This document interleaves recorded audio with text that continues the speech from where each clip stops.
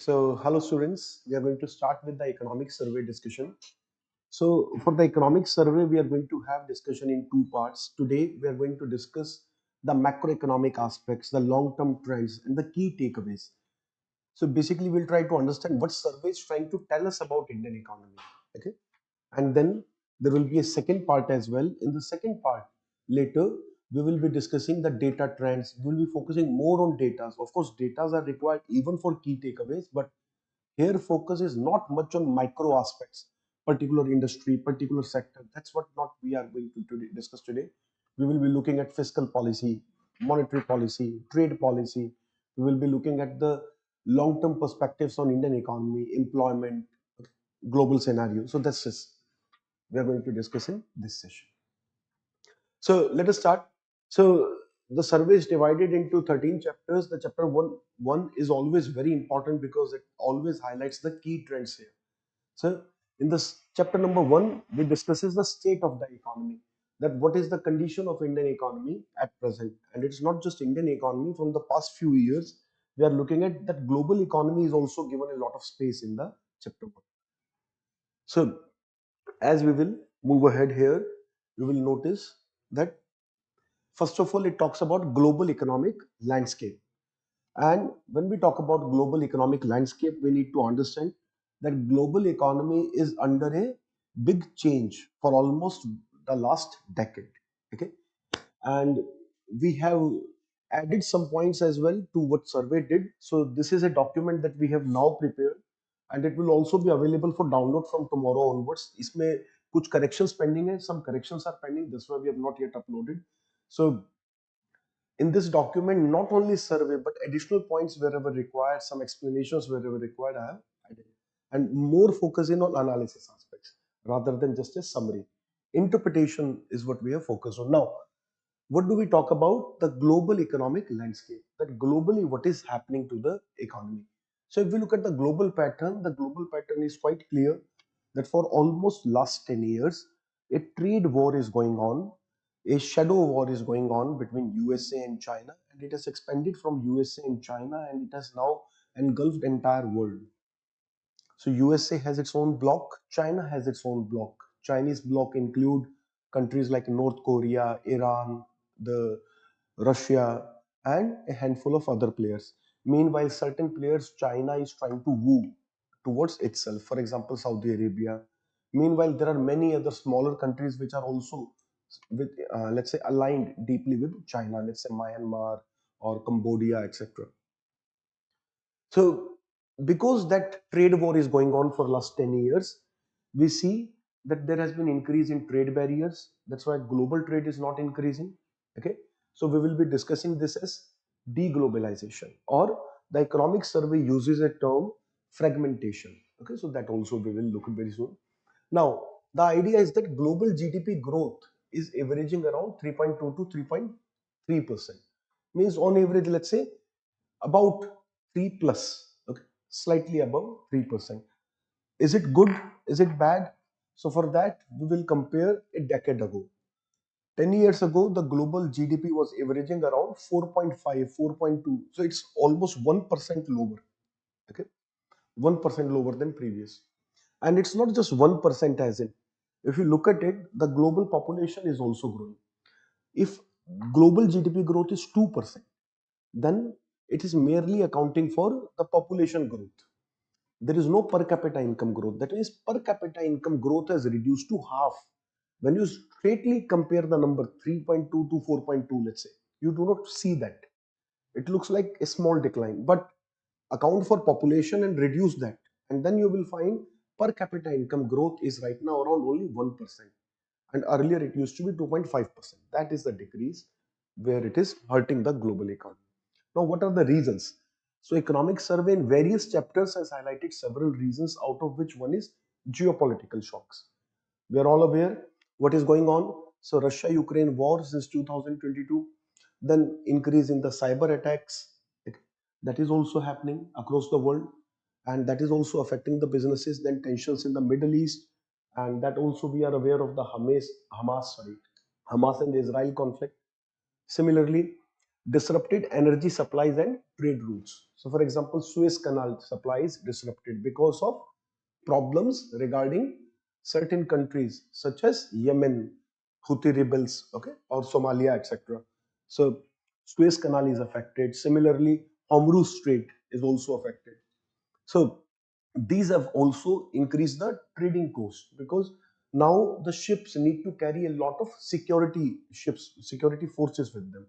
A military ship has to escort them. So that's why the cost of shipping has significantly increased. This is also a significant factor here. Apart from this, if you look at the other factors, then the next factor is monetary tightening. Monetary tightening is what? Monetary tightening means to reduce the money supply, that we tighten up the monetary policy. But main point is why we had to do that. Why monetary tightening was required in the first place. So monetary tightening is required because globally, if you look at the global economy, most of the countries are badly affected by inflation. World over, inflation has been a major problem in the last year.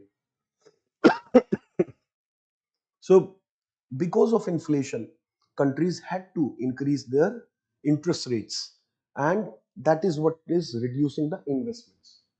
So we will be discussing this monetary policy dilemma also very soon in the next chapter, where I will explain this. So because of high inflation in those countries, and why inflation is high? Because of these geopolitical shocks. Energy prices are increasing, then transportation cost is increasing, then supply chain is disrupted. So all of these factors have increased the inflation. And when inflation is high, countries have to increase interest rate. And when interest rates are high, that is going to reduce the investments. So that is also a major reason for global slowdown. Okay. And then apart from these, let's say high inflation, interest rate, and geopolitical tension, there is also changing trade dynamics, which I already told you about. So, although if we look at the global economy, economy is now recovering. Just now we compared the growth rate of last 10 years. But if we compare it with the last 5 years, then you will see the growth rate is actually improving. So global economy is on a rebound. It is in the recovery phase. But how long will it take? How conducive environment will be? That is something that time only will tell. But this is something that we need to understand from here, that if you were growing in 2002, 2003, let's say about 20, 22 years earlier, then global GDP growth was very high. The globalization was spreading. Everybody was trying to liberalize the trade, and global economic development will support your own efforts. If your own GDP efforts, growth efforts were about 7%, global will accelerate you and make you 8%. Whereas right now, if you are still 7, आपका effort उतना ही है, you're still making the similar effort, but global developments will make you 6%. They will reduce your effort. So right now it's a drag. Earlier it was a support. Okay. So that is something we need to understand. That's why this global economic scenario is very important to understand. So no economy is going to grow at 8% considerably over a considerably long period sustainably. Okay, in 1 year, 2 year, of course, economies can grow, but sustainably over long period, very few countries can manage. But in those days, about 15 to 20 countries were growing at the rate 8%. Okay, so let's say today's 6.5 is close to 8% of 20 years ago. Now, what about India's GDP? So India's GDP is now projected to grow around 6.4% in the fiscal year 25. So what is happening here?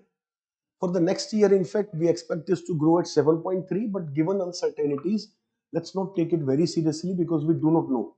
Every year, what we predict in the budget, every year, what we are going to think about that this will be growth rate, we are not getting those numbers.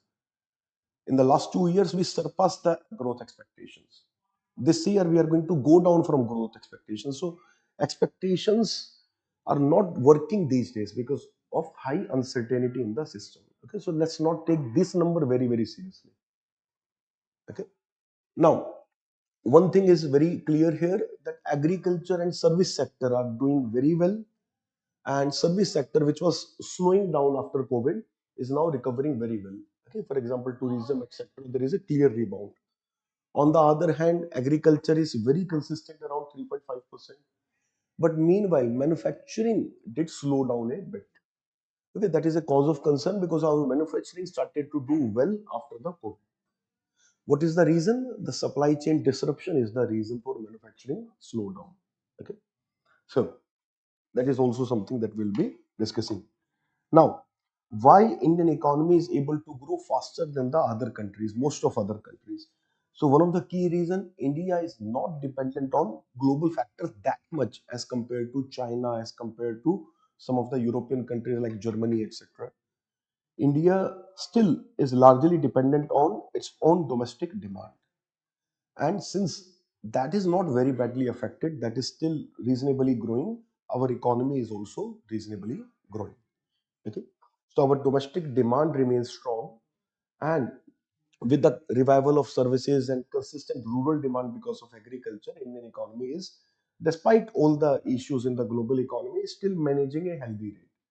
We may be, let's say, expecting little more. Of course, there is no end to expectation. You can always expect more. When you get 90 marks, your parents still may scold you, why didn't you get 95? So likewise, we can always expect more, but this is not a bad growth rate, okay, given the global scenario. Then what are some of the other factors apart from this? Some of the other factors may include that government has maintained a very high capital expenditure for the last few years. Our capital expenditure in the budget, that is expenditure on infrastructure, expenditure on certain industries, etc., that has increased almost by 40% in the last 4 years, and that is a record increase. And for the first time, the share of capital expenditure is more than 20% of the government expenditure. So that is also a reason why our economy is doing reasonably okay. And because of high capex, infrastructure is also doing very well, which is giving support to the economy. If your energy is going to do well, if your transportation sector is going to do well, efficiency will improve, GDP will grow. Now, these are so far good stuff. Now, what are the issues? Okay, of course, survey highlights some issues. So, what are the risks for Indian economy? Okay. Now, as I told you, this document will be available for you tomorrow. Okay. So, you can go through it. It's all analysis here. So, some of these things, for example, banking trend, for example, external sector trends. Trends we will discuss in the next session. The names are very clear. The first session is the key takeaways. What survey tells us about Indian economy. Whereas session 2 will be more on data analysis. That will be the trend analysis. Now, yes, this is where we highlight certain issues. So key policy imperatives for sustainable growth. This is where survey tells us what are the issues. Now, we need to enhance private investment. That is point number one. Why we need to enhance private investment? Because although government is increasing the capex is remaining high, the private investment contribution has been relatively poor. Private investments in India are lowering down. Now, what is the reason for that? The reason is monetary policy. Interest rates are kept very high to prevent inflation. Okay, we will be going in detail on that also very soon. Next, we need to bring supply side reforms. Focus on supply side reforms is the next point. So here we need to focus on agriculture, diversification and modernization, because the agriculture growth is not going to happen unless we try to diversify from food grains to vegetables, to pulses, to oil seeds and other products, agroforestry, etc. Okay.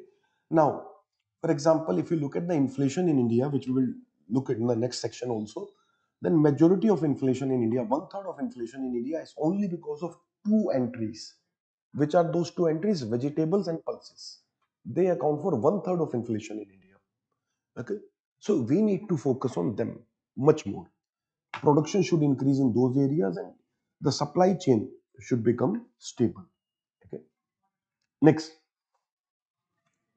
then we talk about strengthening the financial market. So in the financial markets, we will see it in the next section, which will be about monetary policy, that there are certain issues such as credit deposit mismatch. The credit deposit ratio is increasing. That means banks have less and less money and more credit is increasing. Okay, so Reasons for that are decrease in the deposits growth rate. Credit growth is higher than the deposit growth, and that is continuously happening for almost last 5 years.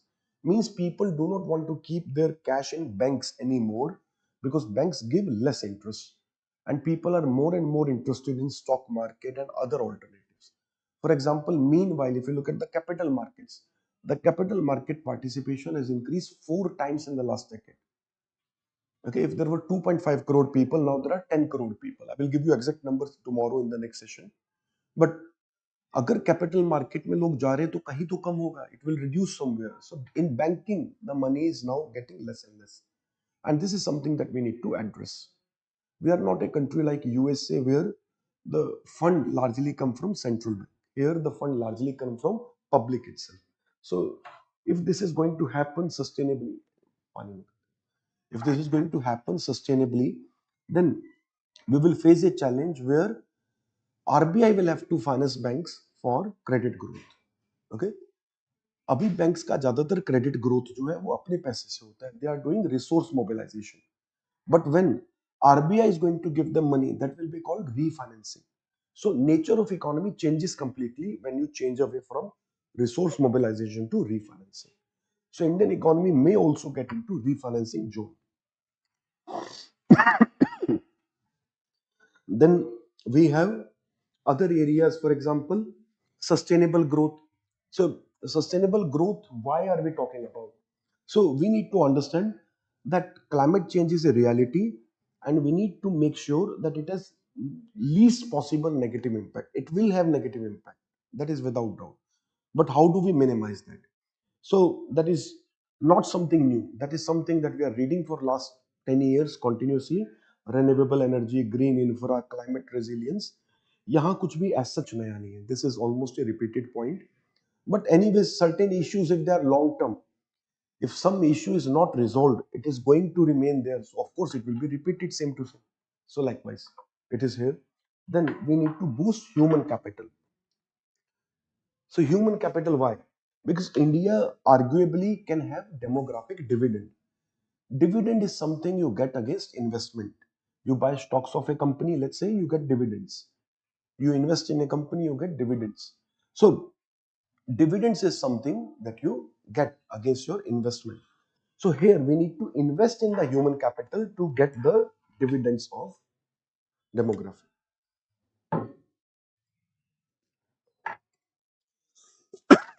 Just give me a minute, please.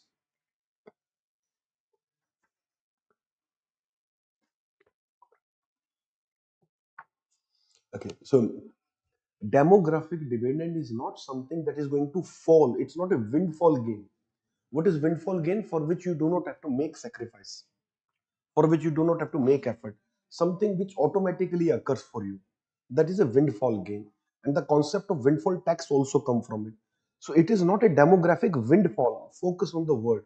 Word is demographic dividend. Demographic windfall, automatically कुछ economy को advantage मिलेगा. Okay, automatically economy gets advantage. That is demographic windfall. But we talk it as demographic dividend. For dividend, we need to invest. And where we need to invest? Education, healthcare, and skill development. These are the three areas. This is also something we know for last 10 years. And for last 10 years, at least this is what I'm teaching to students also. This is where we do not have a change. Okay, because despite all our efforts, despite all our intentions, we are not able to spend adequately on these areas. Meanwhile, their analysis, what are their numbers, we will discuss in the data part in the second session of the survey. And then we also need to boost our human capital to minimize the disruptive impact of the AI on our workers. So these are some of the long-term challenges. These are not written in one place as such, but these are, let's say, given in different chapters. So in a way, you can say these are overall major risks that survey highlights for this year and coming years. Now let us move to the next part.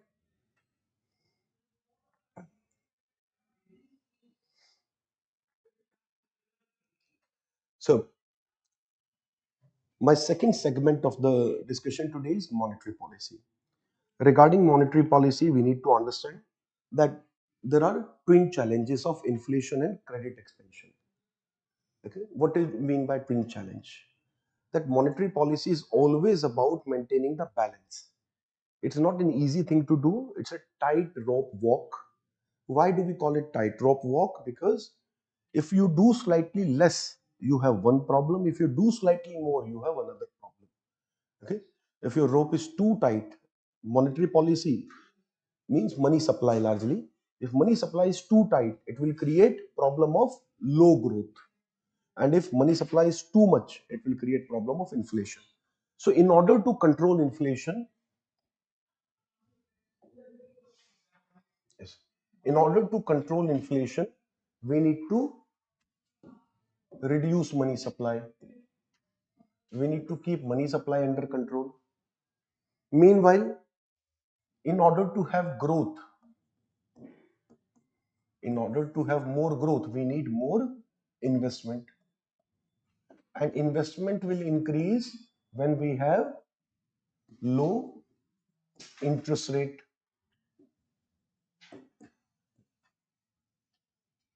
and money supply increase. So if money supply increases, it will benefit growth. It will lower interest rate, investments will increase, and growth will increase. So this is what happens when money supply increases. But when money supply decreases, inflation problem will be tackled. So economy is always going to have this twin challenge. Now this is something that we are facing. Although we are very clear we want to increase our growth rate, but there are many global pressures. We already discussed there is a global pressure on us, and the global inflation is there.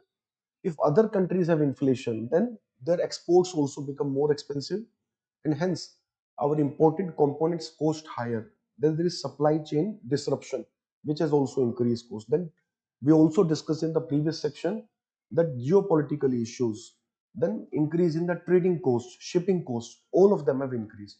Hence, inflation is there. And this is something we cannot prevent, irrespective of whatever we do in our economy, these are going to affect us. So, there is an imported inflation problem, and in order to tackle that, what we are doing, we are keeping interest rates high. And that is why our growth rate is relatively low compared to what it would have been. Okay, so this is what is keeping the growth rate low. And for almost 1.5 years, this is what I'm teaching and talking about with the students. Whenever there is RBI quarterly credit report, in that RBI is always highlighting that in our economy there is a problem of negative liquidity. Negative liquidity problem. So survey doesn't mention that word, but this is something that RBI has been highlighting very, very clearly. What is negative liquidity? In fact, what is liquidity for that matter? In that sense, liquidity in macroeconomic sense has meaning that surplus of available funds compared to demand of funds. Okay, means supply, sorry, supply of loanable funds. Loanable means which are available for loan minus demand for loanable funds. Okay, that difference is liquidity. Negative liquidity means what? अब बताइए, what is negative liquidity here? It will be negative when demand is more than supply. So demand of funds is more than its supply. Okay. Now, interestingly, in another chapter, economic survey also highlights that our ECB is increasing, external commercial borrowing. So when Indian companies are not able to borrow domestically, they are borrowing money internationally as well. Okay. So those are also its negative implications. So these are the challenges regarding monetary policy. Are we clear? Now, what is the India situation? India's situation is in this context that we have moderated inflation. Moderated inflation where core inflation is low. Yes, where core inflation is remaining low at 4 to 4.5%. Core inflation in which we do not consider the food and energy prices. That is core inflation. So if we leave the energy prices and food prices, we will identify that Indian economy is doing reasonably well here. Okay. And inflation is very consistent around 4 to 4.5. But because of food inflation and energy prices, the overall headline inflation is relatively higher compared to core inflation. Even there, we had some moderation. And the result of that is what we have seen now. What is the result? RBI has finally cut the repo rate. Okay. So RBI or MPC, Monetary Policy Committee in India, follows this inflation targeting system. In the inflation targeting system, RBI looks at inflation and tries to keep it around 4%. 4 plus minus 2% means 2 to 6. Ideally at 4. If inflation is close to 4, less than 5, then RBI gets freedom to cut the interest rates and encourage demand in the economy, encourage investment in the economy. So RBI can support economic growth provided inflation is under control. Otherwise, it cannot do it. So the result of this is also visible now. Okay, that is how you should be linking things. Number of things that I'm talking about here are not directly given in the survey itself, but this is what you need to link in from different areas. Interpretation is more important here. Now, apart from inflation rates, what are some of the other areas? And meanwhile, survey also very clearly highlights that inflation is high because of vegetable and pulses. If you remove them, then your headline inflation is same as core inflation. Only these two areas we are not able to control. Then credit deposit liquidity trend.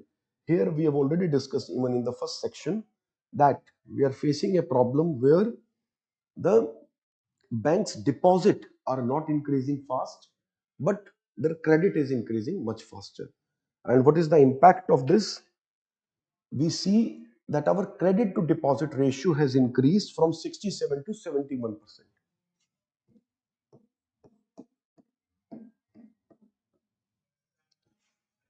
CDR, credit deposit ratio. So what do we mean by that? The total banking deposits that people make, out of that 71% is now given back as credit. Now you also have to consider CRR, you also have to consider SLR, you have to consider other things. Then you will find banks do not have any surplus. And that is why we are talking about negative liquidity. Banks के पास हमेशा 4-5% का surplus रहना चाहिए. That surplus is not there. Surplus is missing. And that's why the loan creation, the credit creation in the economy is not what it would have been. Okay. So this is one of the area which is a problem for India. And this is because of decrease in the growth rate of the deposits. And the reasons we have already discussed, increasing popularity of stock markets. Okay. Now, another trend that we can identify here is improvement in the asset quality. And what do we mean by improvement in the asset quality? Asset quality, what do we mean by assets first of all?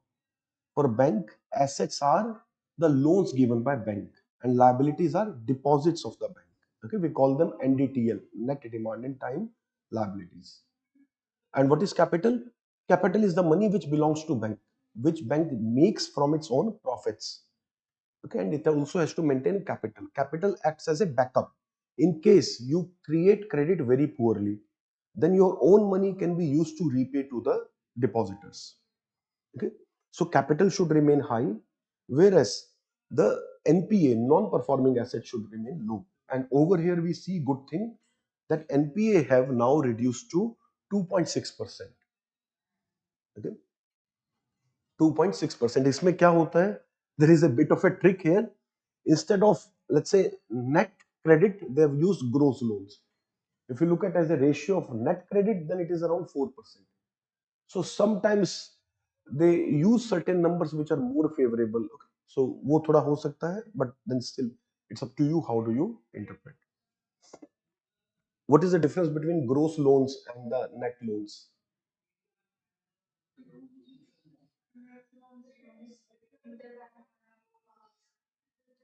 Correct. So gross loan, total loan that we have given. Okay.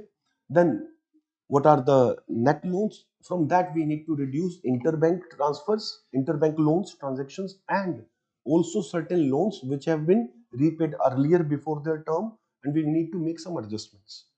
After adjusting them, we look at the net. Okay.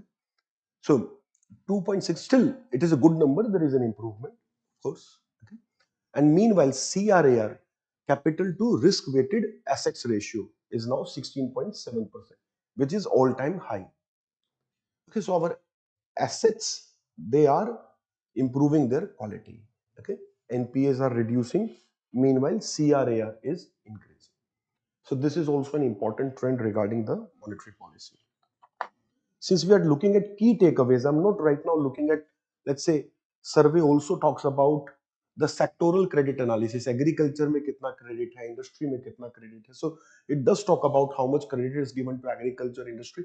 This is what I'm going to discuss tomorrow in the trend analysis. Over there, we'll be looking at specific sectors. Today, we are looking at more into macroeconomics and policies. So, rest of the areas in this section we are not discussing today. That will be discussing next session. One more thing that I need to discuss is money multiplier.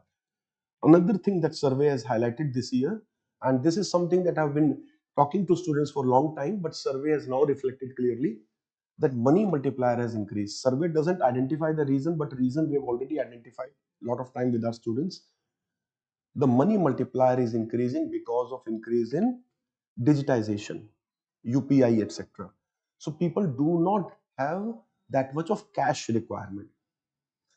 Your I've included some explanation here. For example, here money multiplier is influenced by two major factors: cash preference, amount of cash people keep, and then amount of reserve that bank maintain. Okay, so if you reduce CAR, sorry, my bad, if you reduce the SLR or if you reduce the CRR, then also money multiplier increases because banks are able to convert more of their cash into loan. And if people keep less cash, then also money multiplier will be high. In this case, the multiplier is improved because of digitization. People are keeping less and less cash. Many a times I've found that I'm roaming around with empty wallet for several days because there was no need for cash. And one day where necessarily cash is required, I noticed that there is only 50 rupee or 20 rupee in the wallet. I didn't notice it. So it happens sometimes. So that means cash requirement has significantly decreased. And this is the key reason for increase in or improvement in money multiplier. Okay, such questions in PT definitely are important. Okay.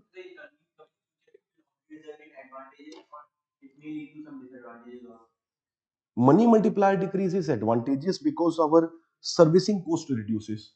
The currency that we print has a cost attached to it. That reduces. Okay. So at present, I do not see any major disadvantage here regarding money multiplier. Digitization has its own pros and cons. That's what not I'm getting into. But if you're talking about money multiplier, it is advantageous.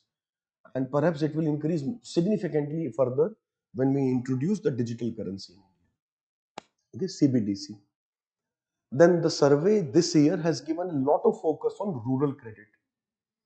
So PT may be aa sakta hai, think of your PT as well, but for mains this is even more important. So this year mains you can expect a question around rural credit and agriculture. There can be a question linking these two areas, or there can be a question on cooperatives. Okay, so this is what survey has highlighted, given several pages too, and it is important. Okay, it is given in the notes. Right now, I'm not discussing it. There are few things that I might discuss tomorrow, but not today. Let's see. So DFI, Development Finance Institute, okay, and then the Rural Finance Institute. All of those are given. Then capital market, and then insurance sector, pension sector. All of these are there. Okay, so sector by sector analysis will go through later. But these are not part of monetary policy as such. So we are moving forward.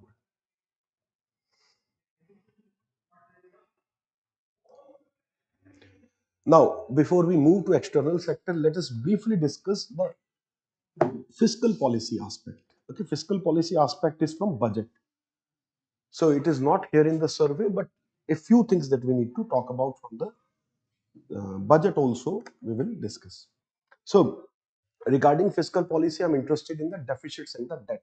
That's my major interest area, and the receipts and expenditure trends. So some of these trends we will discuss tomorrow, expenditure trend, receipts trend, but some fiscal policy aspect we will discuss today. So right, if you're writing that regarding fiscal policy, major trends are that our expenditure is now increasing at a slow rate compared to our non-debt receipts. Non-debt receipts means the money which is coming to government without the need for borrowing. Okay? So either money from disinvestments or money from tax and non-tax sources.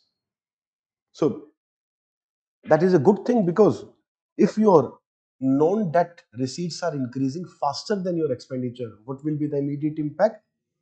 It will reduce our fiscal deficit. Okay, there will be reduced requirement for borrowing. Expenditure is growing slow and non-debt receipts are increasing faster means you need to rely less on the debt receipts. Debt receipts are loans, borrowings, debt to GDP ratio, okay, is affected by that. So borrowing is what we call as fiscal deficit. So expenditure increasing at a slow rate compared to non-debt receipts. This is a very important trend this year that we have noticed in the budget. Then income tax once again emerging as the most important source of revenue for government. The way with which GST was increasing for last few years, we were believing GST will become the fastest source. But it's a good thing. It gives additional strength to government if income tax is also increasing reasonably simultaneously. So that is a good trend here that income tax is doing well.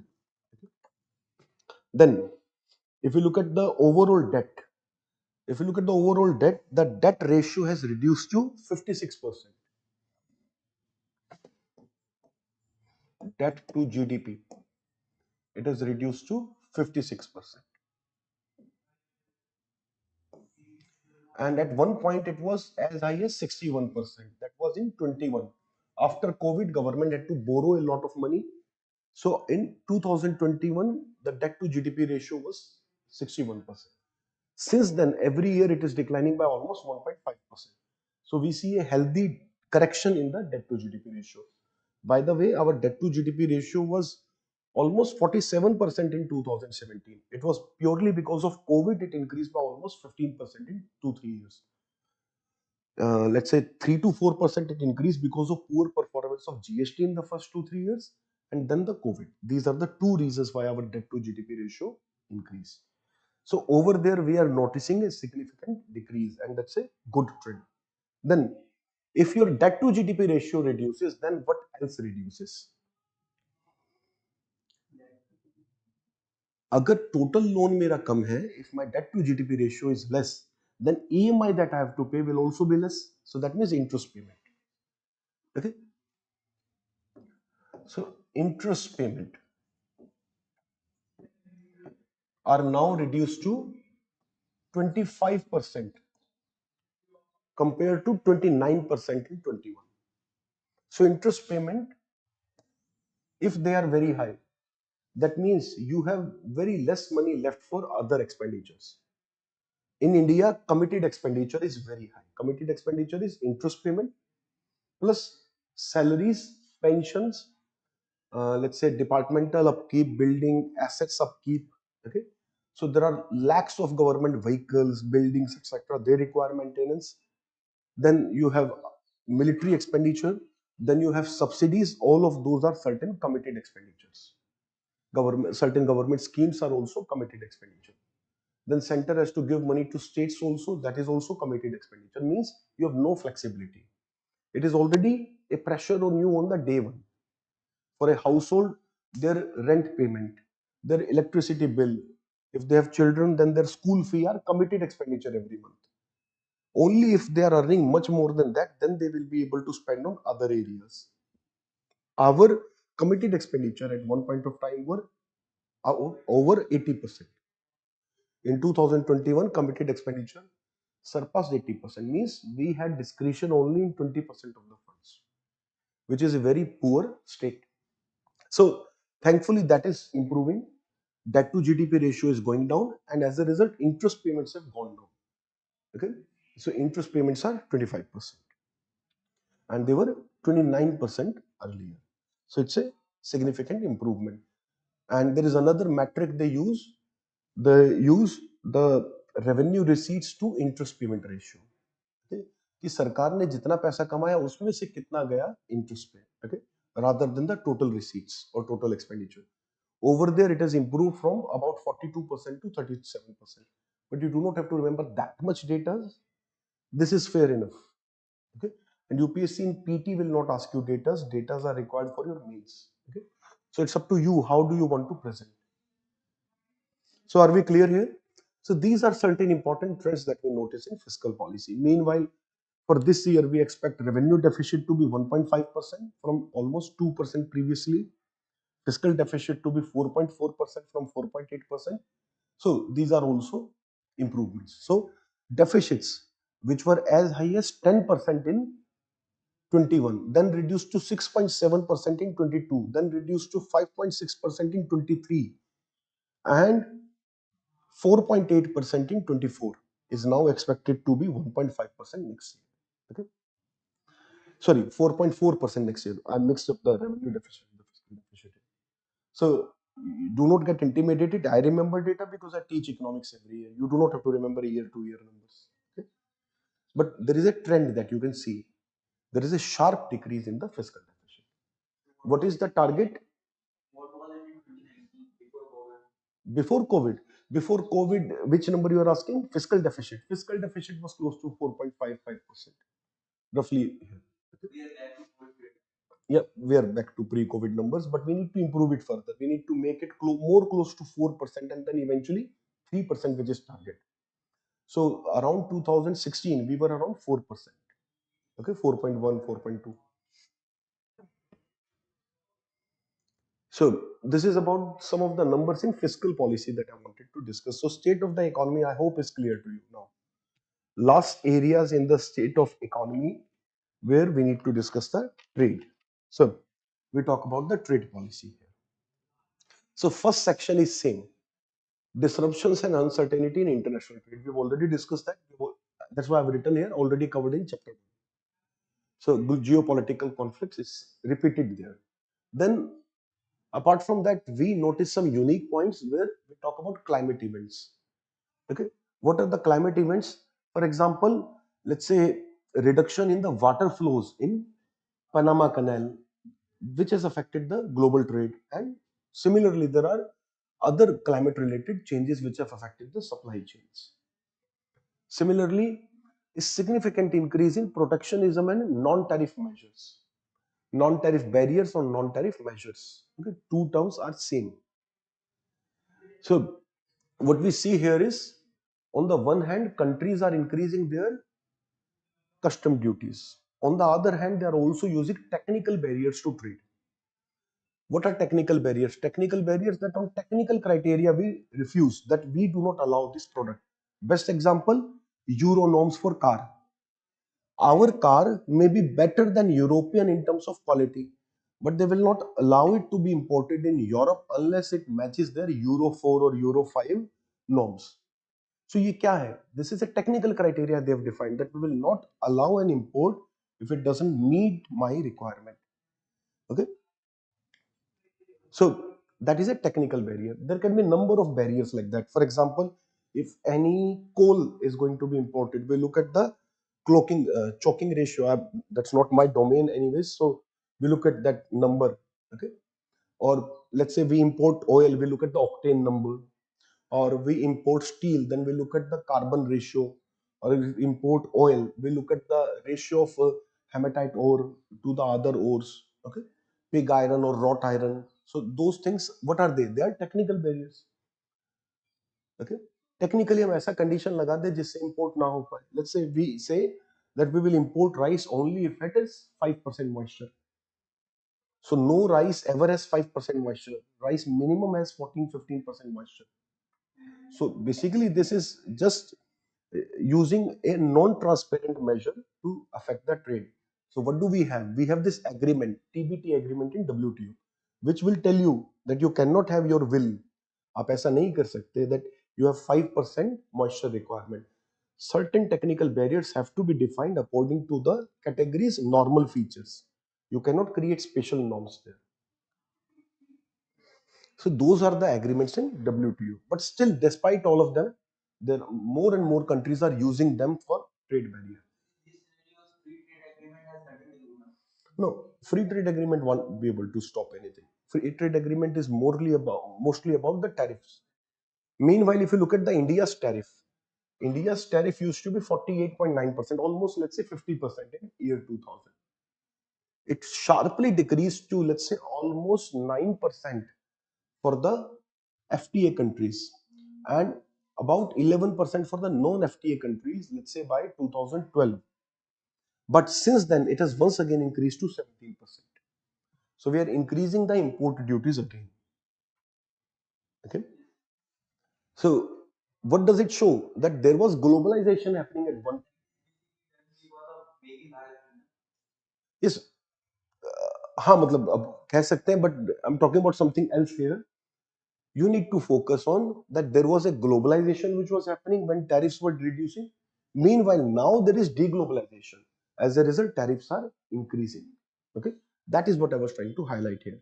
So there are three major points in global trade: geopolitical issues, climate, and non-tariff barriers and other protection measures. Meanwhile, we also notice two major phenomena: friendshoring and nearshoring. Okay, countries do not want to offshore their business facilities too far away. They want to keep it in neighboring countries. So USA is discouraging its companies to go very far. Okay, and similarly, if at all they want to go to other country to manufacture, then they should prefer a friendly country rather than an enemy country.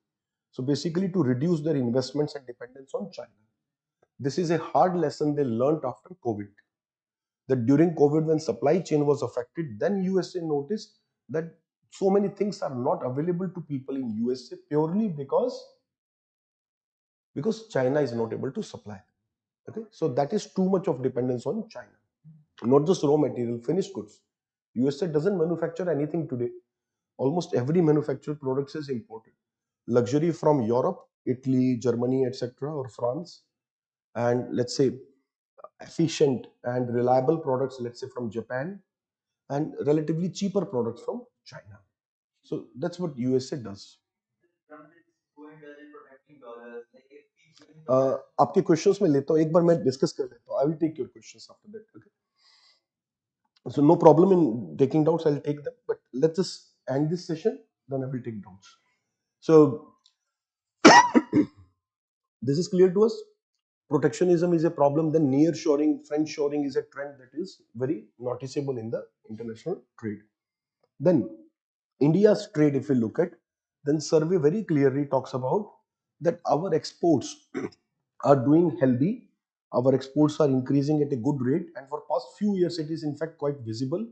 For example, our exports were barely $300 billion for merchandise and hardly $150 billion for services. Our total exports used to be $450 billion, and today how much are they?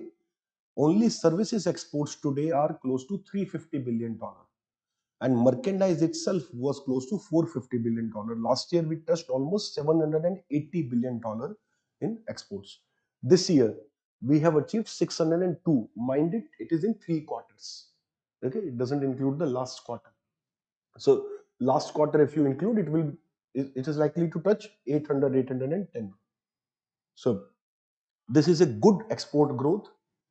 Okay, and given the global environment where tariffs are increasing, protectionism is on rise, India is doing reasonably well regarding exports. Yes, 6% year on year. Okay, so meanwhile, services exports are doing increasingly well. So our merchandise exports are almost 2%, or little more than 2% of the total global trade, merchandise trade, whereas services trade is a more than 4% of the total global services trade. So in services, we have more strength compared to the manufacturing. But in manufacturing also we are doing reasonably well now. Meanwhile, if you look at imports, then growth of imports is in fact higher than the exports. But this is on the back of consecutive decline in import for 2 years continuously. पिछले 2 साल से हमारा import continuously कम हो रहा है. Okay, for the last 2 years it was reducing. This year it has increased. And what are the factors? So survey highlight those factors why imports are increasing here. Survey very clearly highlights that imports are on a rise because there is increase in machinery, equipment, and components, which means there is more and more manufacturing investment happening in India. For example, let's say we are setting up those chip manufacturing units in India. The plants for them are imported. Similarly, many other big manufacturing that is coming up in India, plants and machinery for that is being imported. So that's a big increase here. Okay, so that is one of the reason. Then, significant increase in gold prices. Our gold demand is irrespective of the price trend, anything. Okay. So Indians need a lot of gold. Okay. So right from jewelry to even the chawanprash. Okay. So gold is there. So we remember that gold is consistent at its number, but its prices have increased by 25% this year. So gold import has also increased the import cost. So these are the two reasons why imports have significantly increased this year. Okay. But still, if you look at the overall trade, the deficit is increasing slightly. Okay. Deficit is increasing slightly. So बहुत ज़्यादा impact नहीं है. Let's say last year the deficit was $60 billion in the first 3 quarters, and today it is $80 billion. So $20 billion gap is there. That is because of higher growth in imports compared to exports. If you look at it, still it's not a very bad number. Okay, because we are able to cover that up from the other areas. Other areas such as, let's say, remittances. Then after the trade, survey highlights some of the other issues. Yes. So yes, this is your import number, $682.2 billion. That was 602. So $80 billion is the deficit in the first 3 quarters. Last year, $80 billion was for entire year. This is the difference we are noticing right now. Now, what are the other issues that we notice here? One of them is depreciation. Depreciation is a problem that is happening, although depreciation in Indian currency is lower than some of the other global currencies. So reason is USA has increased its interest rates, and because of US increase in interest rates, money is going out of Indian markets. Our FPI withdrawals are happening from our stock markets, bond market. Foreigners are withdrawing their money. So that is one factor that is creating problem, but it is always expected. FPI is always known as very volatile and hot money. So ये problem उतना नहीं है because we were expecting it. That's not that much of a problem. The problem is FDI. In FDI, we notice that net FDI has reduced. Gross FDI has increased. Okay, so for example, if you look at it, the FDI inflow increases $55 billion. Inflow तो बढ़ गया. Meanwhile, outflow has also increased. This year, repatriation is very, very high. $40 billion देश से बाहर भी. This is where the problem is. Okay, $55 billion has come into country, but $40 billion has also gone out. This is highest number historically. So more and more money going out regarding the direct investment also is a challenge. Now some of it you can understand is happening because of some of the Indian investors investing in some of the global companies, acquiring global businesses. But a lot of them is also because some of the investors in India are now sending profits back to their domestic territories, or some of them are withdrawing their investments. Because, for example, many companies like Vodafone, etc., they're not investing anymore for last few years. They're trying to withdraw from India as much as possible. So in certain areas, we need to notice. So survey highlights this as a concern, that we need to look at FTI from investment retention perspective. We need to look at the investments and encourage long-term investment retention. So this is a cause of concern. Okay. Now, what we need to do? What are the long-term takeaway from it? So long-term takeaway is India needs to work on its export competitiveness. Just give me a minute. Okay. So India needs to work on its export competitiveness. So already we are not doing very badly. Our trade is quite diverse. and we need to improve our trade policy uncertainty index. So trade policy uncertainty index, if you have a high score there, that means uncertainties are more. Okay, you can have surprises, and there can be certain things which can caught you off guard and which can create problems. So we need to improve the uncertainty index. And how we can do it? Survey talks about that and tells us we need to lower the logistics cost, for which we already have National Logistics Policy 2022. Then we need to bring more diversification in exports. That is something that we are encouraging. If you export to, let's say, Chile or Peru, you get more credit, more support in taxation, tax credits, compared to when you export to UAE or USA. So if you are exporting to new territories, if you are claiming new markets, government is going to support you much more. Let's say if you export to USA, every exporter get 2% of their exports as tax credits. 2%, let's say 100 crore rupees worth of export you make to UAE or Saudi.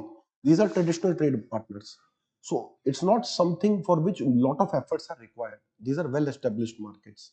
So government will give you 2 crore rupees worth of tax credit. But if you do the same in Chile, then this is a new territory that you need to capture. Lot of efforts are required. So government give you more support. It will give you 5 crore rupees of tax credit. Means you can use those credits for your tax payments later on. And you can also sell those tax credits to others. Okay, it acts like a subsidy, although it is not subsidy because WTO does not allow subsidies.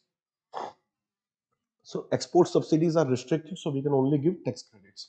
Similarly, if you export, let's say, automobile, if you export pharmaceuticals, you get more support compared to when you export, let's say, basmati rice. In fact, on basmati rice, we are penalizing right now.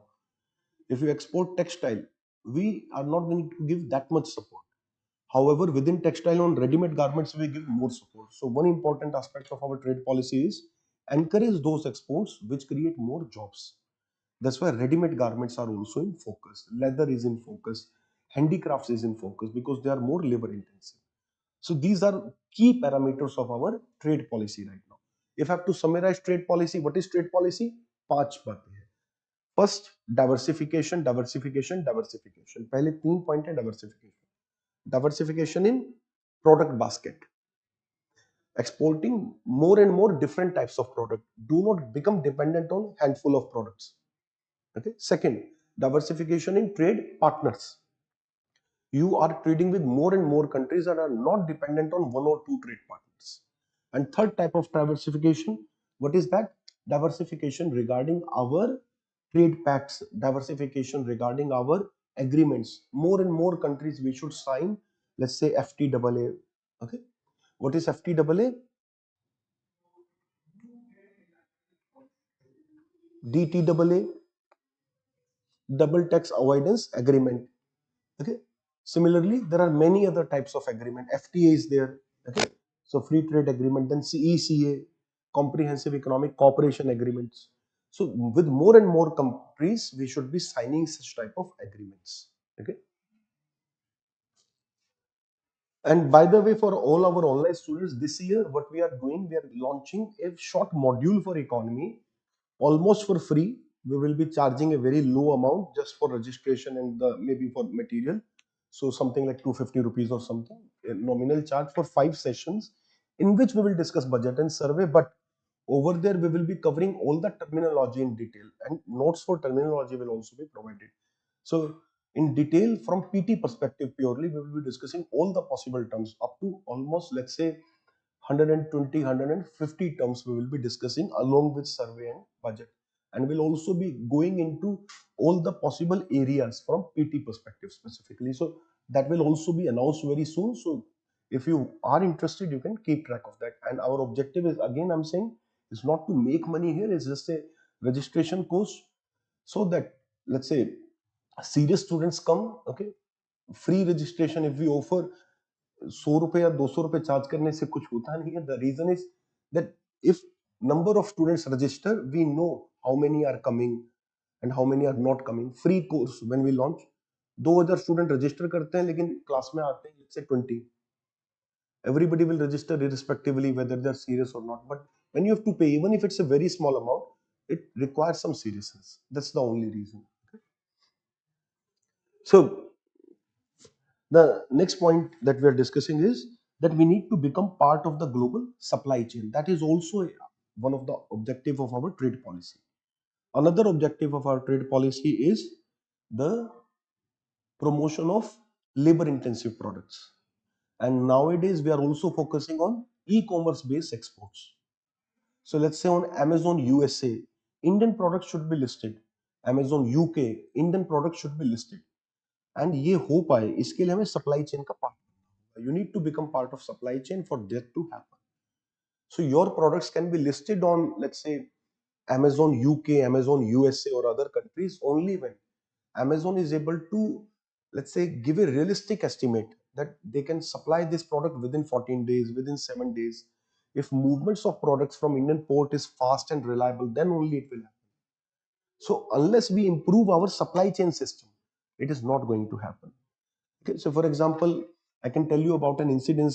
So at one point of time, my brother was ordering something in San Francisco, and he was trying to order it. There were multiple options. So one order option was to order it from Texas within USA or Florida within USA. It would take 5 to 6 days. Another option was through AliExpress, which is Alibaba retail.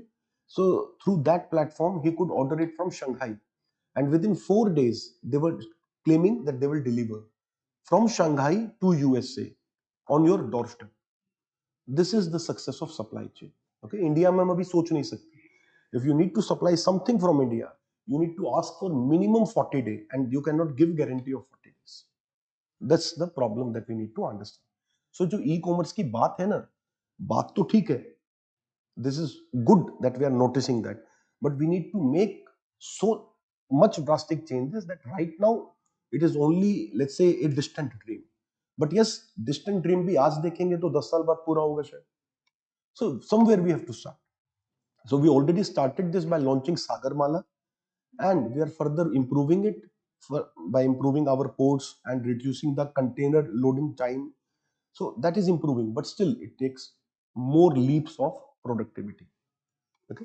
So e-commerce अगर आपको करना है, you need to give that person a reliable date. 40 दिन देख के पहले ही कोई order नहीं करेगा. Nobody is going to order for 40 days waiting period. That's not going to work. You need to reduce it to 15 days, 2 weeks people will order. If I want to order something from USA, reliable time period within which I can import it is 3 weeks to 4 weeks. And that is not because of USA, that is because of India. Our custom clearances will take time, our ports will take time for clearance. That is where it is going to get slow. Otherwise, if I'm in Singapore, I order something from USA, in how much time I will get? 10 to 14 days, or even less, possibly, certain products. Okay, because supply chain is well established. So this is the importance of supply chain. So economic survey recognizes this, and if we improve them, then we can reduce our trade policy uncertainty. Okay, so that's all about the trade policy. Now, in this, we will be talking about some of the job and unemployment and employment trends. Inflation is not what we are discussing right now. Inflation, whatever little bit we had to discuss from major macroeconomic perspective, we have covered with the macroeconomic, sorry, with the monetary policy today. Okay, we discuss how much that core inflation is stable. Now,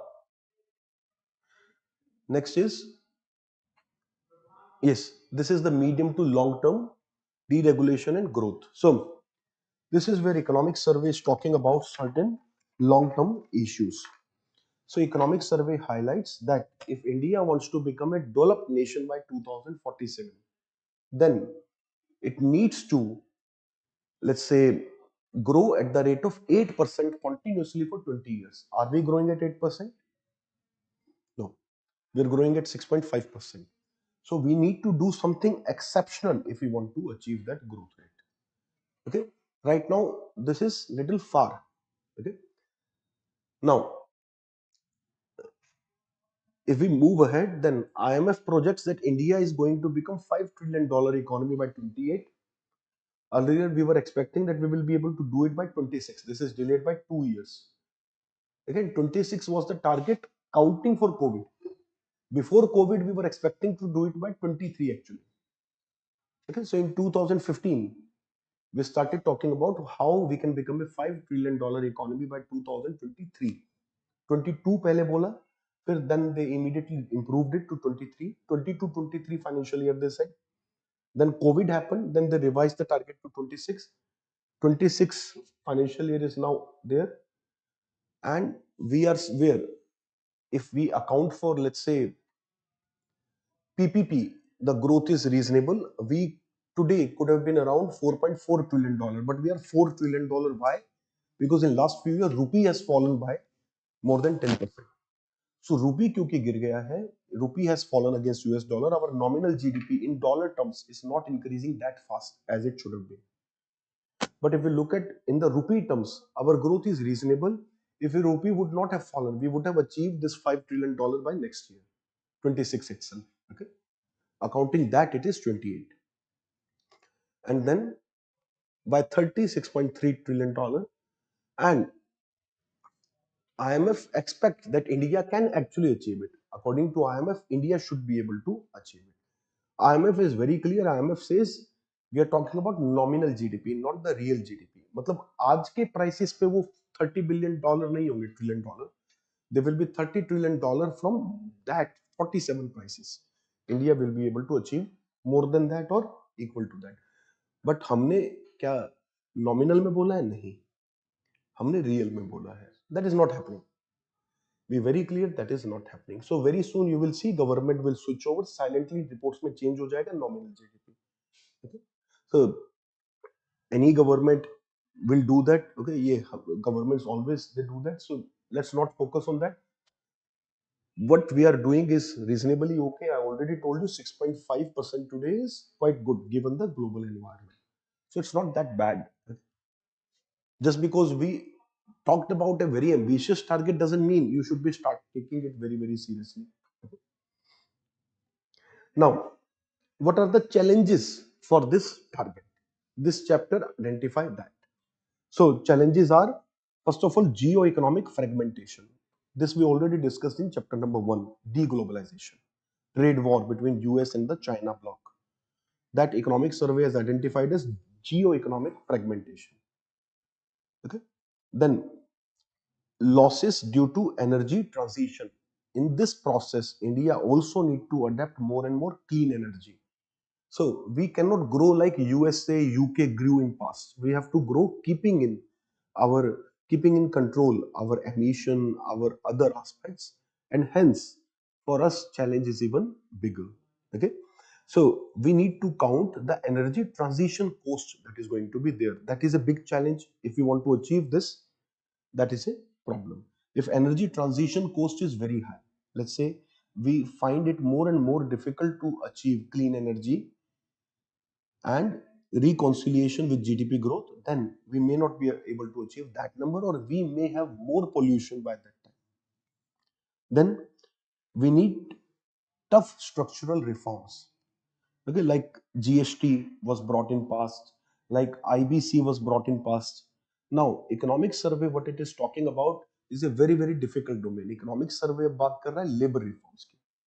And no government is willing to touch labor reforms. Labor is an area which is very sensitive, which has, let's say, emotional support with masses. So if government will try to bring labor reforms and wants to give more flexibility to industry, wants to improve ease of doing business from labor perspective, then there will be protests and there will be problems. Okay, so ये हो पाएगा या नहीं, we do not know. Survey talks about it. Let's say at least government will try something with that. That's what we expect right now. Okay, so certain labor reforms, then agriculture reforms. In agriculture we need to reduce the water usage. So whether government is ready for that, protests honge. Okay, so basically whenever there will be structural reforms, people are not going to like that. Certain peoples have certain way of doing things in their life, and when we bring structural reforms, that way of living changes, and that is why we need to focus on that. Okay, then next is further deregulation and digitization. Deregulation and digitization is something we are doing for last 30 years, but We need to continuously continue it. And survey gives a lot of example of economies where deregulation process started but then stopped. Then growth of those countries also stopped. So for continuous growth, we need to bring more and more deregulation. Means we need to reduce the compliance cost for the companies. Companies should not face too much problems from government. Okay, so their compliance cost should reduce. Then we need to bring reforms in our legal system where the time required for resolving a case, particularly economic crimes, should reduce significantly. So these are certain long-term reforms that we are talking about. And these are really tough reforms. Let's see how government talks about it. I believe many of them may not be possible given the political landscape. Okay? And given the numbers of government in the parliament, at least अभी इसमें से बहुत कुछ नहीं हो पाएगा. So labor reforms, very, very difficult because there will be protests. If you are ready for the street violence, if you are able to handle it, then maybe you can do it. But this government has always appeared as unwilling to handle the street protests, street violence, etc. So that's why I'm saying it is unlikely as of now. But let's see what happens. That's my comment on the survey. Survey nahi keh raha hai, but this is what I'm commenting on it. Then next is continuous investment in infrastructure. So we need to improve our infrastructure because then only we will be able to attract more and more investment and our businesses productivity will improve. If energy supply is continuous and let's say reliable, then companies cost significantly reduce. They do not have to focus on alternate supplies and the disruption in the work will minimize and will become almost zero if power supply is 100% reliable. So this is just about energy. Think about transportation, think about shipping, think about all other things. So infrastructure investment is going to give a big productivity boost. So that is also something we need to do. That's why continuously we need to invest in infrastructure.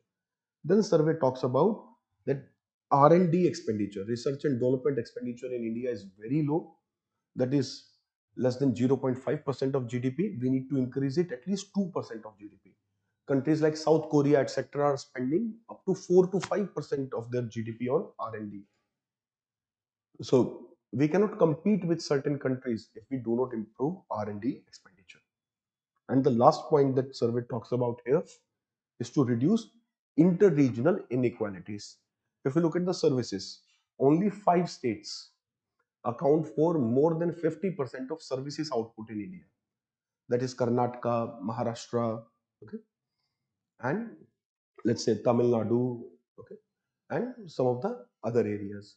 So they account for more than 50% of the services. Similarly, if you look at manufacturing, the top 5 states account for more than 40% of the manufacturing in the country. So that's the challenge. Top 4 states, sorry. Top 4 states account for 40% of the manufacturing. Top four are Gujarat, Maharashtra, and Karnataka and Tamil Nadu. These are top four by output. Top four in per capita, that would be Haryana, Gujarat, Maharashtra, and Tamil Nadu. Okay, so these are the long-term issues or medium-term issues with the Indian economy. So economic survey has highlighted what challenges do Indian economy has. So what was our attempt today? That Indian economy में क्या हो रहा है? What is happening in Indian economy? So we discussed monetary policy wise what is the development, fiscal policy wise, trade policy wise. Similarly, we identified the challenges there, issues there, and what service suggests as a solution. Then those were short term. Then in one place, survey gives us medium term or long term solutions and long term identification of issues. So this chapter is about that. This is your chapter number 5. Okay. So this chapter talks about that. Then there are many more chapters. One on social sector, 2 chapters on labor and services, etc. So those we are not discussing right now. Last section for our discussion today is jobs and employment. So in the key takeaway, last part is how do we address the job challenge? So first of all, we mentioned that India needs to work on its demographic dividend. So in order to reap the demographic dividend, if we want to take advantage of that young workforce, then we need to create 75 lakh jobs per year for the next 5-10 years continuously. If we create 75 lakh jobs, then our youth that is adding to the working population that will be employed, and it will contribute to economy rather than disrupting the economy. So this is how you get the demographic dividend. Now, in order to create jobs and in order for workers to get those jobs, you need to invest on education and health again, skill development again. So things again come back to the same point. But just spending on education, health, and skill development alone will not work. You need to focus on job creation as well. So survey talks about that. Meanwhile, if you look at the periodic labor force survey, then unemployment in India has reduced from 6% to about 3%, 3.2%. This is from 2018 to 2024. So today unemployment has reduced to a lower number, much lower number. Now, unemployed is a person who is willing to work at a given wage rate but still is not getting the job. Okay, you are ready to work and you are ready to accept the wage rate. Still, you are not getting work. If you are not ready to work at the market wage rate, then you are not unemployed. Then you are willing, let's say, opting out of workforce. Then you are not even a participant in the workforce. That is how we treat it. So let's say right now you are preparing for examination. So for that reason, you are not unemployed. Okay, because you are not seeking job openly in the market. So from that angle, we are talking about 3.2%. So apple to apple comparison is fair. So from the same criteria, it was 6%. Still, it's an improvement. Then there is significant improvement in WPR, worker to population ratio. Now, WPR is related to which phenomena? Take a 30-second break and think about it. Online students also, please try to answer. WPR, if it increases, WPR means worker to population ratio. It is because of which factor? Worker population ratio, if it improves, that means more and more people are willing to participate. Yes, but self-employment is there, but there is something that I just mentioned 2 minutes ago. Demographic dividend. Population peaked its growth rate somewhere in the 80s and 90s. So 80s and 90s decades were there when we had the highest population growth rate in India. Since then, population growth rate has declined. So those who were born in 80s or much later in 90s, 80s wale to workforce join kar chuke, 90s people are still joining workforce to some numbers. So these people are the biggest section as a cross section of population. That's why worker population ratio will be more. Clear?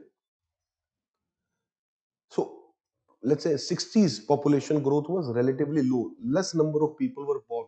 So those people are now getting out of workforce. They're becoming old. They're getting retirement age. But their number is less. Compared to that, people born in 90s are much more. Okay. The first decade of 21st century are much more. So jab tak ye 90s or 21st century first decade people they are coming into workforce, the WPR will improve and then it will start to decline. Clear? So think from that angle. Then increase in the ratio of self-employed. So that's where you were also correct. Survey has very clearly identified number of people are opting for self-employment. But this is survey इसको interpret नहीं करता है. Survey gives you some numbers, but we can have an interpretation, interesting interpretation here, because in the next line, survey talks about decrease in the casual labor. Just give me a minute. This is chapter number 12.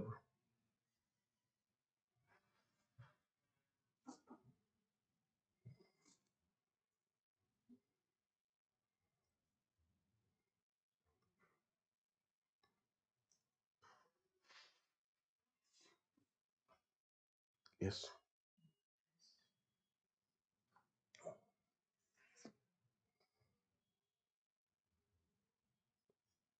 Yes, this is what I was telling you.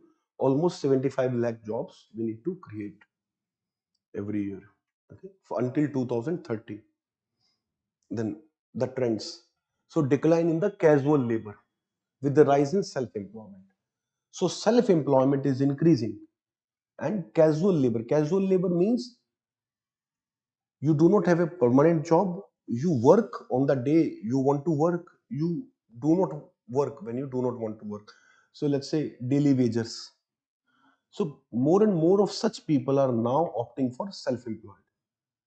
Okay, so that means that Mudra Yojana, etc., have worked to some extent. We gave more and more loans to people, small loans, so that they can start working independently. Okay, जो prime minister ने एक बार कहा था कि पकोड़ा तल सकता है.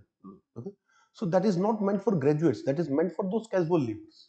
People made fun of it, that's fine, because in politics people will do that, but that is what it was indicating to. So that was statement was, I think, 3 4 years old, but surveys identifying clear trend. And this also happened because of COVID. Number of people who came back from Mumbai, from Delhi, back to their villages, they identified they can make reasonable money within their hometowns or nearby their hometowns by, let's say, having e-rickshaw. So for example, e-rickshaw, if you think about that, additional 2 lakh rickshaw drivers are there. So these people earlier were doing what? They were part of casual labor force, but now they are self-employed. So this is an example.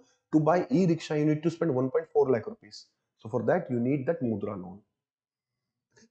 So ये चीजें हैं जो सर्वे आपको explain नहीं करेगी, because survey is not a book which is explaining, is only identifying certain trends, because but you should be able to link certain things. Okay, so decline in casual labor force, meanwhile a rise in the self-employed. So there are certain trends behind that. Then more and more women are opting for own account workers or employers. More and more women are becoming directors in the companies. More and more women are becoming employer or self-employed compared to fixed salary job. Now regular salary jobs are reducing among women. Ratio of women in regular salaried jobs has reduced from 10.5 to 7.8. But what is happening? Women are opting flexibility. Covid के बाद जिस तरह की economy है, gig economy has given them more options. They do not want fixed time jobs, they want flexible jobs where they can manage their home, their children and everything simultaneously. So this is what you see as a trend. Okay, because जितना यहाँ decrease है उससे बड़ा improvement यहाँ है, 19% to 31%. Okay, so overall women participation improved, but meanwhile fixed salary jobs among women reduced, and among them self-employment or employer, these tendencies have improved. Number of women directors in companies significantly improved. So now there are about 73,000 startups with female directors. Okay, so economic survey identify these certain trends. Meanwhile, something very, very interesting. Now, share of agriculture in our labor force was continuously increasing after independence. There have been very few years when the share of agriculture increased in the labor force. But this is precisely what has happened in the last 3 years. Share of agriculture in our labor force or occupational structure has improved. Now, agricultural workers are 46% of labor force, whereas at one point of time they were reducing below 44. So this is something which is surprising and which is a noticeable trend here. But again, remember COVID, lockdowns, people came back to their villages, many of them didn't went back. That's why. So slight decrease in share of services, slight decrease in share of manufacturing. Services account for almost 30% of jobs. Earlier it was 31%. Meanwhile, manufacturing account for almost 25% of jobs. So that's the idea.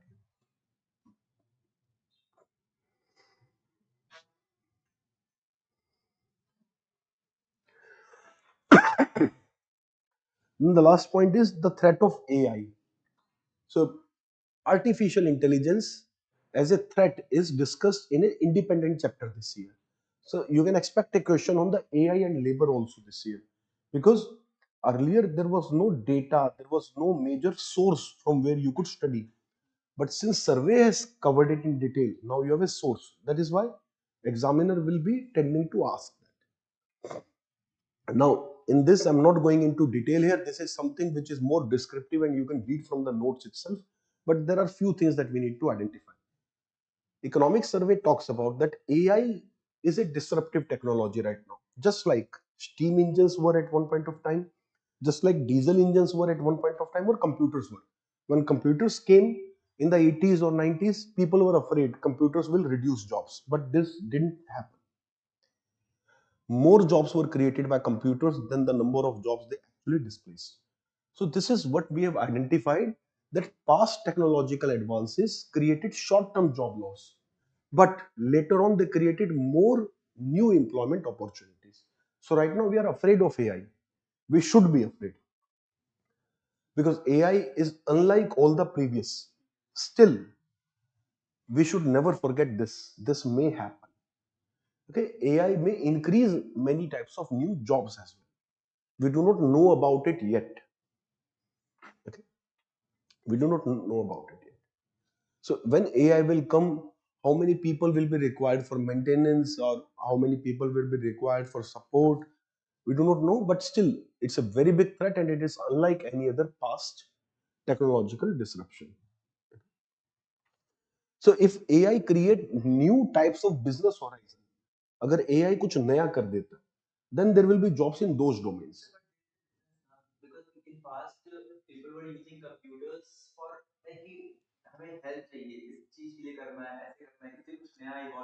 Yes.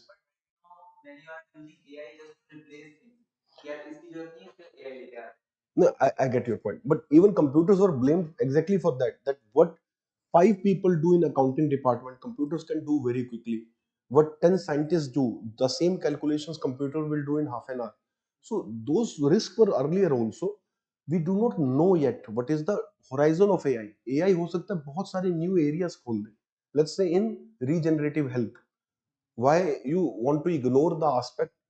I myself has very less expectation that it will create more jobs, but that is a possibility we should not ignore. That's what I'm talking about. Right now, Neuralink or augmentative AI, that is not nothing right now. इसमें कोई jobs नहीं है, ये कोई sector नहीं है. But think about it, blind people may be able to see tomorrow. Okay, blind people medical benefit तो है बट फिर उस एरिया में वर्क काम करने वाले कितने लोग होंगे it can create entire new sectors which will create more employment just like computers created many more new sectors which were absent earlier data management. Okay, so we need to consider that as well. So इससे डरना नहीं है. That's what survey is talking about. You need not to be afraid. You need to train your workforce continuously so that there is less and less negative impact on you. So survey identified three pillars: enabling institution, equip your workforce to use AI. You should not be afraid of AI. Teach your people that they should be using AI. Clear? So AI related skills should be taught to people. So computers, teach your people to use computers instead of being afraid of computers. Ensuring institution. So safety nets. Definitely some people will be displaced. There is no doubt. Now for those people, what is the safety net? So that is ensuring institutions. Then we have stewarding institution.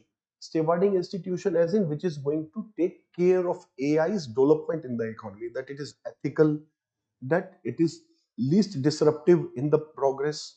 So these are the three things we need to continuously do. So economic survey talks about this as the future model so that we can minimize the disruption from AI. Okay, so that's all for today's session. And we will have one more session tomorrow where we'll be talking about more of datas and trend analysis. Okay, I hope the discussion has helped you. So this was the key takeaways. If you want to learn what survey is teaching us, survey is telling us about Indian economy, the signals it is giving us, that is what it is. Okay. So we'll be meeting again tomorrow if you are willing to join. Okay. And if you like it, then maybe more and more of your friends you should be talking about. Okay. And the document that we are using here, this document will be uploaded tomorrow. Okay, some corrections are pending. That's why we are not uploading as of now. It is ready. बहुत छोटे छोटे कुछ changes हैं, but we will be only uploading it when it is completely error free. So we will be uploading tomorrow. Okay, so इसको download कीजिए. It will have much more analysis aspect rather than just the data and data summary. Okay, it's not summary. It's a commentary on survey. Okay, so let's end today's session. Thank you.